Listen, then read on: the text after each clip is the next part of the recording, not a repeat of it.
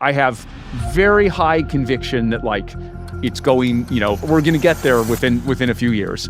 I have a hunch that we're going to get there within a year or two. So a little uncertainty on the technical side, but like pretty strong confidence that it won't be off by much.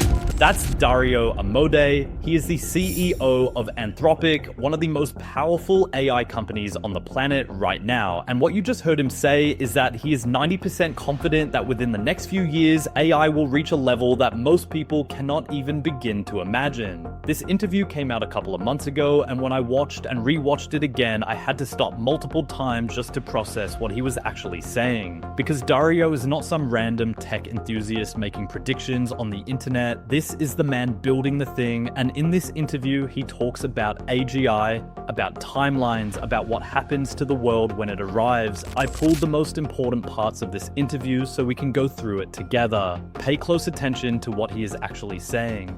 Obviously, it makes sense. Like, we're making progress towards AGI.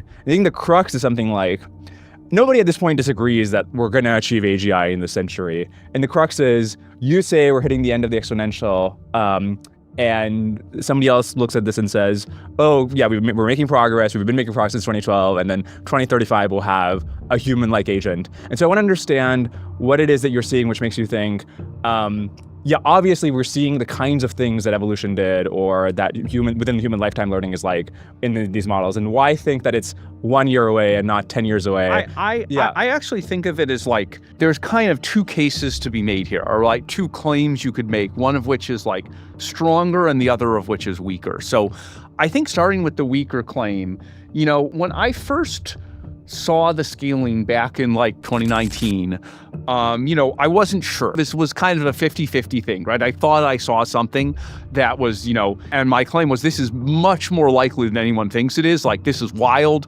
No one else would even consider this. Maybe there's a 50% chance this happens. On the basic hypothesis of, as you put it, within 10 years, we'll get to, what I call kind of country of geniuses in a data center. I'm at like 90% on that. And it's hard to go much higher than 90% because the world is so unpredictable. Yeah. Maybe the irreducible uncertainty would be if we were at 95%, where you get to things like, I don't know, maybe multiple companies have kind of internal turmoil and nothing happens, and then Taiwan gets invaded and like all the fabs get blown up by missiles and then now you've changed the scenario. You could construct a scenario where there's like a 5% chance that you can construct a 5% world where like things get delayed for 10 years. That's maybe 5%. There's another 5%, which is that I'm very confident on tasks that can be verified. So I think with coding, I'm just, except for that irreducible uncertainty, I think we'll be there in 1 or 2 years. There's no way we will not be there in 10 years in terms of being able to do it end-to-end coding. The one little bit of fundamental uncertainty, even on long time scales, is this thing about tasks that aren't verifiable, like planning a mission to Mars, like doing some fundamental scientific discovery like CRISPR, like writing a novel. Hard to verify those tasks. I am almost certain that we have a reliable path to get there, but like if there was a little bit uncertainty, it's there. So on the 10 years, I'm like 90%, which is about as certain as you can be. Like I think it's crazy to say that this won't happen by 2035. Like, in some sane world, it would be outside the mainstream. Now, I want you to sit with what you just heard for a second. Dario Amodei just told you that he's 90% sure a system he calls a country of geniuses in a data center will exist within 10 years. And he thinks it's probably going to happen within 1 or 2, AGI. A machine that can think, reason, and perform at a level that matches or beats the best human minds on Earth. Not in science fiction or some distant future, in the time it takes a child born today to finish elementary school. And here's the part that should worry you. He's not talking about a tool you use to write emails faster. He's talking about something that will be able to do whatever a Nobel Prize winner can do, whatever a doctor can do, whatever a lawyer can do, whatever you can do, at scale, instantly, and for almost no cost. The question nobody in that room is really answering is what happens to the rest of us when that arrives. What are we going to be doing for work when these things take all the jobs? So you're predicting that within 1 to 3 years. And then generally, Anthropic has predicted that by late 26, early 27, we will have AI systems that are, quote, have the ability to navigate interfaces available to humans doing digital work today, intellectual capabilities matching or exceeding that of Nobel Prize winners, and the ability to interface with the physical world. And then you gave an interview 2 months ago with DealBook, where you were emphasizing your company's more responsible compute scaling as compared to your competitors. And I'm trying to square these two views where if you really believe that we're going to have a country of geniuses, you want as big a data center as you can get. There's no reason to slow down. The TAM of a Nobel Prize winner that is actually can do everything a Nobel Prize winner can do is like trillions of dollars. And so I'm trying to square this conservatism, which seems rational if you have more moderate timelines, with your stated views about AI progress. Yeah, so it actually all fits together. And we go back to this fast, but not infinitely fast diffusion. So like, let's say that we're making progress at this rate. The technology is making progress this fast. Again, I have very high conviction that we're going to get there within a few years. I have a hunch that we're going to get there within a year or two. So a little uncertainty on the technical side, but pretty strong confidence that it won't be off by much. What I'm less certain about is, again, the economic diffusion side. I really do believe that we could have models that are a country of geniuses in a data center in 1 to 2 years. One question is, how many years after that do the trillions in revenue start rolling in? I don't think it's guaranteed that it's going to be immediate. I think it could be 1 year, it could be 2 years, I could even stretch it to 5 years, although I'm skeptical of that. And so we have this uncertainty, which is, even if the technology goes as fast as I suspect that it will, we don't know exactly how fast it's going to drive revenue. We know it's coming, but with the way you buy these data centers, if you're off by a couple years, that can be ruinous. It is just like how I wrote, in Machines of Loving Grace, I said, look, I think we might get this powerful AI, this country of genius in the data center. That description you gave comes from the Machines of Loving Grace. I said, we'll get that 2026, maybe 2027. Again, that is my hunch. Wouldn't be surprised if I'm off by a year or two, but that is my hunch. Let's say that happens. That's the starting gun. How long does it take to cure all the diseases, right? That's one of the ways that drives a huge amount of economic value, right? You cure every disease. There's a question of how much of that goes to the pharmaceutical company, to the AI company, but there's an enormous consumer surplus because assuming we can get access for everyone, which I care about greatly, we cure all of these diseases. How long does it take? You have to do the biological discovery. You have to, manufacture the new drug. You have to, go through the regulatory process. I mean, we saw this with vaccines and COVID, right? There's just this, we got the vaccine out to everyone, but it took a year and a half, right? And so my question is, how long does it take to get the cure for everything, which AI is the genius that can, in theory, invent, out to everyone? How long from when that AI first exists in the lab to when diseases have actually been cured for everyone? Did you notice what just happened there? Every single time you press one of these tech CEOs on AGI, they instantly pivot to curing cancer. They talk about diseases, they talk about saving lives, and I understand why they do it. Because if you can get people focused on the upside, they stop asking the harder questions. But here's what they are not telling you. The same system that cures cancer will make radiologists redundant. The same system that accelerates drug discovery will make pharmaceutical researchers redundant. The same system that plans the mission to Mars will make engineers, analysts, consultants, and accountants redundant. By the millions, and then by the hundreds of millions. They keep talking about what AGI will build, but very quiet about what AGI will destroy. Let me ask you about now making AI go well. It seems like whatever vision we have about how AI goes well has to be compatible with two things. One is the ability to build and run AIs is diffusing extremely rapidly. And two is that the population of AIs, the amount we have and their intelligence, will also increase very rapidly. And that means that lots of people will be able to build huge populations of misaligned AIs or AIs which are just like companies which are trying to increase their footprint or have weird psyches like Sydney Bing, but now they're superhuman. what is a vision for a world in which we have an equilibrium that is compatible with lots of different AIs, some of which are misaligned, running around? Yeah. So I think, in the adolescence of technology, I was kind of, skeptical of like the balance of power. But the thing I was specifically skeptical of is you have like 3 or 4 of these companies, like kind of all building models that are kind of like derived from the same thing. And, that these would check each other. Or even that kind of, any number of them would check each other. Like we might live in a offense dominant world where, like one person or one AI model is like smart enough to do something that like causes damage for everything else. I think in the short run, we have a limited number of players now, so we can start by within the limited number of players, we kind of, we need to put in place the safeguards. We need to make sure everyone does the right alignment work. We need to make sure everyone has bioclassifiers. Like, those are kind of the immediate things we need to do.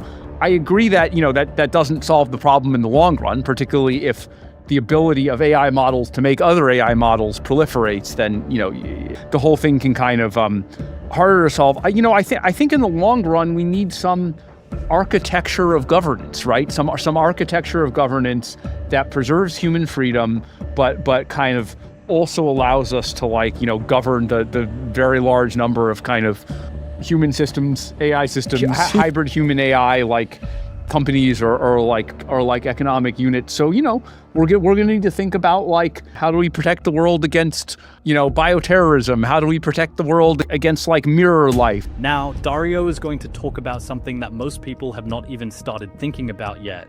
Humanoid robots. Because if you thought AGI taking white-collar jobs was bad, what happens when the same intelligence gets a body? A physical form that can walk into any workplace, any factory, any building, and do what humans do with their hands. This is not far away. This is what comes directly after what Dario just described. Listen carefully to the timeline he gives. There's very few technologies that seem to be diffusing as fast as AI algorithmic progress. And so that does hint that this industry is sort of structurally diffusive. So I think coding is going fast, but I think AI research is a superset of coding, and there are aspects of it that are not going fast. But I do think, again, once we get coding, once we get AI models going fast, then AI, that will speed up the ability of AI models to kind of do everything else. So I think while coding is going fast now, I think once the AI models are building the next AI models and building everything else, the whole economy will kind of go at the same pace. I am worried geographically, though. I'm a little worried that like just proximity to AI, having heard about AI, that may be one differentiator. And so when I said the 10 or 20% growth rate, a worry I have is that the growth rate could be like 50% in Silicon Valley and, parts of the world that are kind of socially connected to Silicon Valley and, not that much faster than its current pace elsewhere. And I think that'd be a pretty messed up world. So one of the things I think about a lot is how to prevent that. Yeah. Do you think that once we have this country of geniuses as a data center, that robotics is sort of quickly solved afterwards? Because it seems like a big problem with robotics is that a human can learn how to teleoperate current hardware, but current AI models can't, at least not in a way that's super productive. And so if we have this ability to learn like a human, should it solve robotics immediately as well? I don't think it's dependent on learning like a human. It could happen in different ways. Again, we could have trained the model on many different video games, which are like robotic controls, or many different simulated robotics environments, or just, train them to control computer screens and they learn to generalize. So it will happen. It's not necessarily dependent on human-like learning. Human-like learning is one way it could happen. If the model's like, oh, I pick up a robot, I don't know how to use it, I learn. That could happen because we discovered discovering continual learning.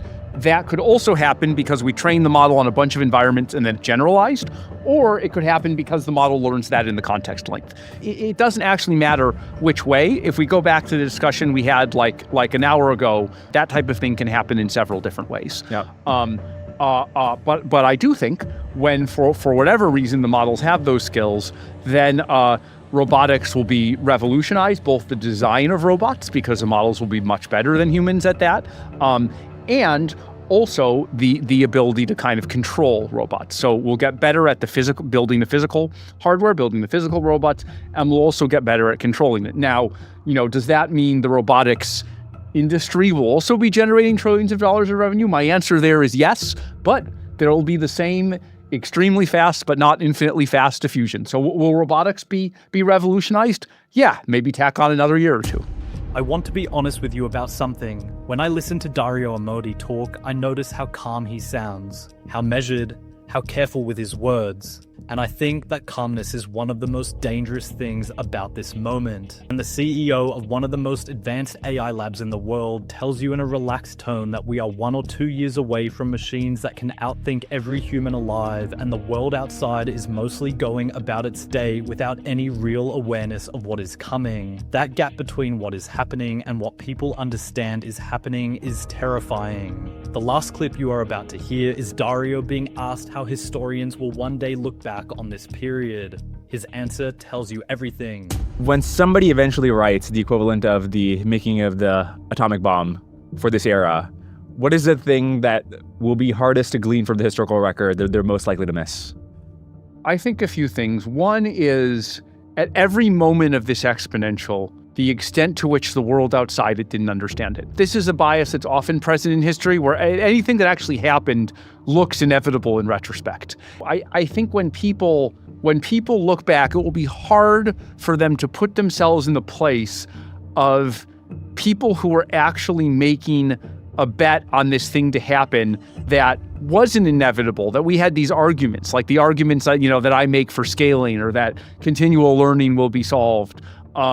That some of us internally in our heads put a high probability on this happening, but it's like there's a world outside us that's not acting on that's not kind of not acting on that at all. And I think the weirdness of it, I think unfortunately, like the insularity of it, like if we're 1 year or 2 years away from it happening, like the average person on the street has no idea. And that's one of the things I'm trying to change, like with the memos, with talking to policymakers, but like, that's just like a crazy thing. Yeah.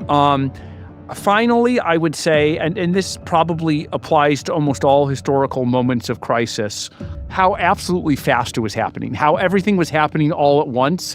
And so decisions that you might think, were kind of carefully calculated, well, actually, you have to make that decision, and then you have to make 30 other decisions on the same day, because it's all happening so fast, and you don't even know which decisions are going to turn out to be consequential. So one of my, I guess, worries, although it's also an insight into kind of what's happening, is that some very critical decision will be some decision that, someone just comes into my office and is like, Dario, you have 2 minutes. Like, should we do thing A or thing B on this? Like, someone gives me this random, half page memo and is like, should we do A or B? And I'm like, I don't know, I have to eat lunch. Let's do B. And that ends up being the most consequential thing ever. That is the only thing that keeps this man up at night. Not whether AGI is coming, he is past that. Right now, he's thinking about which decision made in a 2-minute hallway conversation will turn out to be the one that changed everything. And nobody will see it at the moment. That's where we are. That is the world we are already living in. Make sure you are subscribed, because this is only going to move faster from here. I'll see you in the next video.